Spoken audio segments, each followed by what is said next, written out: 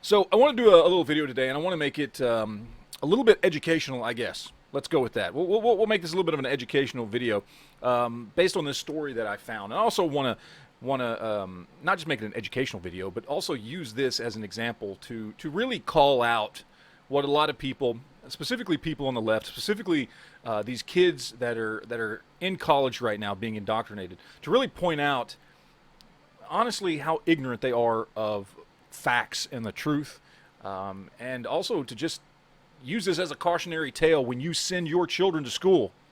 Understand the kinds of things that they are learning, and understand that a lot of what they're being taught is wrong, first of all, and it's intentionally wrong to promote a certain political ideology. Usually, on most college campuses, that is left-wing progressivism.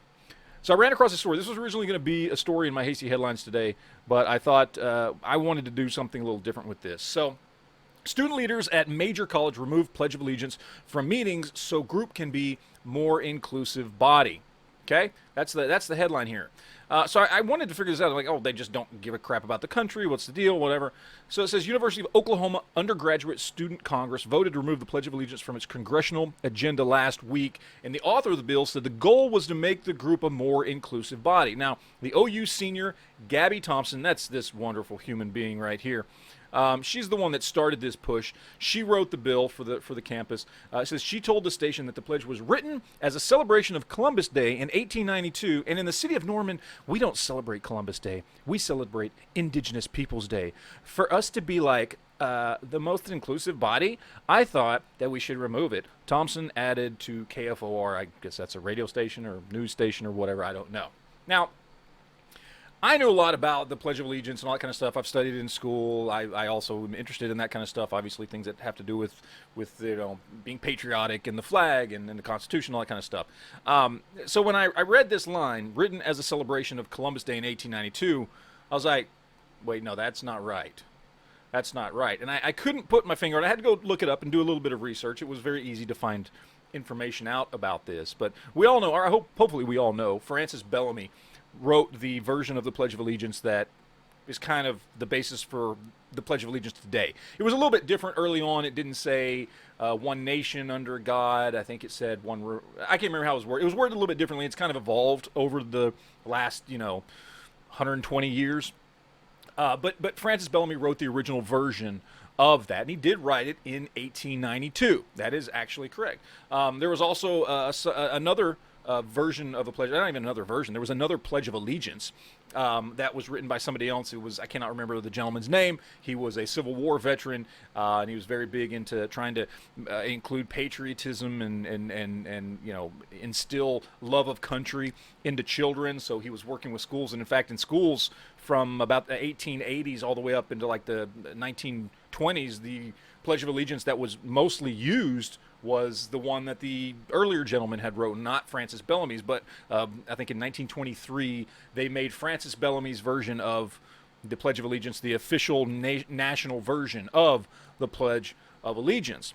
And so I'm reading this, and I'm like, I know for a fact that the Pledge of Allegiance was not written for Columbus Day. It was not written as a celebration of Columbus Day. Francis Bellamy, if anybody doesn't know who he is, okay, he was what you would consider today a democratic socialist. I think he called himself a national socialist. In fact, I can look it up over here because I looked up his Wikipedia page. Well, I don't trust Wikipedia for everything. They do have bias from time to time. A lot of times in historical stuff like this, they do usually tend to be correct. And as I was going through this article, I was remembering all the things that I used to know, and it is correct. And when you look here, let's see, democratic socialist. He called himself a Christian socialist, but he was also a nationalist. He loved the country. Okay, and right here in his own words, this is why he says he wrote the Pledge of Allegiance. It began as an intensive communing with the salient points of our national history, from the Declaration of Independence onwards, with the makings of the Constitution, with the meaning of the Civil War, with the aspiration of the people. When he says with the meaning of the Civil War, he's talking about the meaning of fighting slavery. Okay, this was a guy that hated slavery. He was an abolitionist. He loved the country. He loved the Constitution, the Declaration of Independence, our freedom, our liberty. Even though he was a socialist, he still loved all those things. I know it seems weird, but it's true. He also goes to say the true reason for allegiance to the flag is the republic for which it stands. And what does that last thing, the republic, means? It is the concise political word for the nation, the one nation which the Civil War was fought to prove. To make the one nation idea clear, we must specify that it is indivisible, as Webster and Lincoln used to repeat in their great speeches. And its future? Just here arose the temptation of the historic slogan for the French Revolution, which meant so much to Jefferson and his friends: liberty, equality, fraternity. No, that would be too fanciful, too many thousands of years off in realization. But we as a nation do stand square on the doctrine of liberty and justice for all. He did not write this, okay? The Pledge of Allegiance was not written, okay, to promote Columbus Day, a holiday. It was not written to, it took no inspiration from Christopher Columbus or Columbus Day or him discovering America or anything like that. It had to do with what our country stands for. That is why he wrote it. That's why he said he wrote it. Here's where people get confused, and this is why it's scary to think that this is what our kids are learning, because here are these children, I'll call them children even though they're in college, that have gone to college, so sure of what they've been taught, so positive that the Pledge of Allegiance was just a celebration of Columbus Day, that they don't even bother to check actual facts. Here's what happened. Bellamy worked for a company, and if I could find the name of it here, he worked for the Youth's Companion, which was a journal that got put out monthly. It was for kids. They would give it to schools. He worked there as a writer, and his boss decided to get into the business of selling flags. And the number one purchaser of flags in the United States at that period in time were schools. Okay? So he had just written the Pledge of Allegiance. His boss wants to sell more flags. His boss pays him to publish the Pledge of Allegiance he's already written. For the first time it was ever published, it was published in the Youth's Companion, okay, before Columbus Day, and it was used to help sell flags. Okay? It did coincide with the Columbus Day issue of that magazine, but it was not written for Columbus. It was not written to celebrate Columbus Day. It was written before that.